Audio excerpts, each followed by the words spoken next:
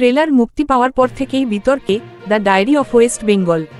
ছবিটি নিয়ে এবার মুখ খুললেন পরিচালক বিধায়ক রাজ চক্রবর্তী। বললেন, ট্রেলার দেখেই বোঝা যাচ্ছে the diary of west Bengal সিনেমাটি কুৎসিত একটা কাজ। ধর্মের নামে বিভাজনের চেষ্টা ও রাজনৈতিক প্রচারমূলক একটি সিনেমা।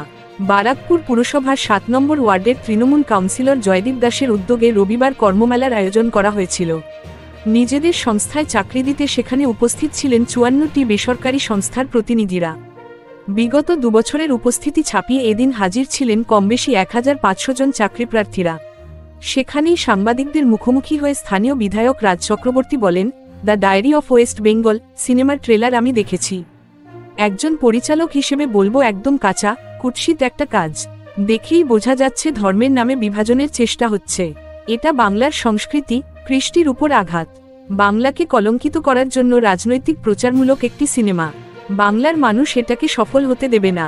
রাজ চক্রবর্তী ছাড়াও কর্মমেলায় উপস্থিত ছিলেন বারাকপুরের সাংসদ পার্থ ভৌমিক, বিধায়ক সোমনাথ শ্যাম, সায়ন্তিকা বন্দ্যোপাধ্যায়, মঞ্জু বসু, পুরসভার চেয়ারম্যান উত্তম দাস সহ অন্যান্যরা।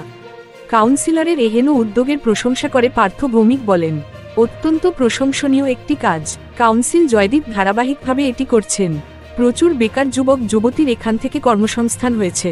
কাউন্সিলর জয়দীপ দাস জানিয়েছেন, বারাকপুরের পাশাপাশি বারাসত, নৈহাটি, খড়দহ, ভাটপাড়া, জগদ্দল, কাঁচরাপাড়া সহ একাধিক জায়গার ছেলেমেয়ে এদিন সিভি নিয়ে ইন্টারভিউ দিতে এসেছিলেন। ইন্টারভিউয়ের পরপরই ১২০ জন অনস্পট চাকরি পেয়েছেন। এছাড়াও ৬০০ বেশি চাকরিপ্রার্থীর নাম তালিকাভুক্ত হয়েছে। Thank you so much for watching our videos. Please do like, share and subscribe our channel.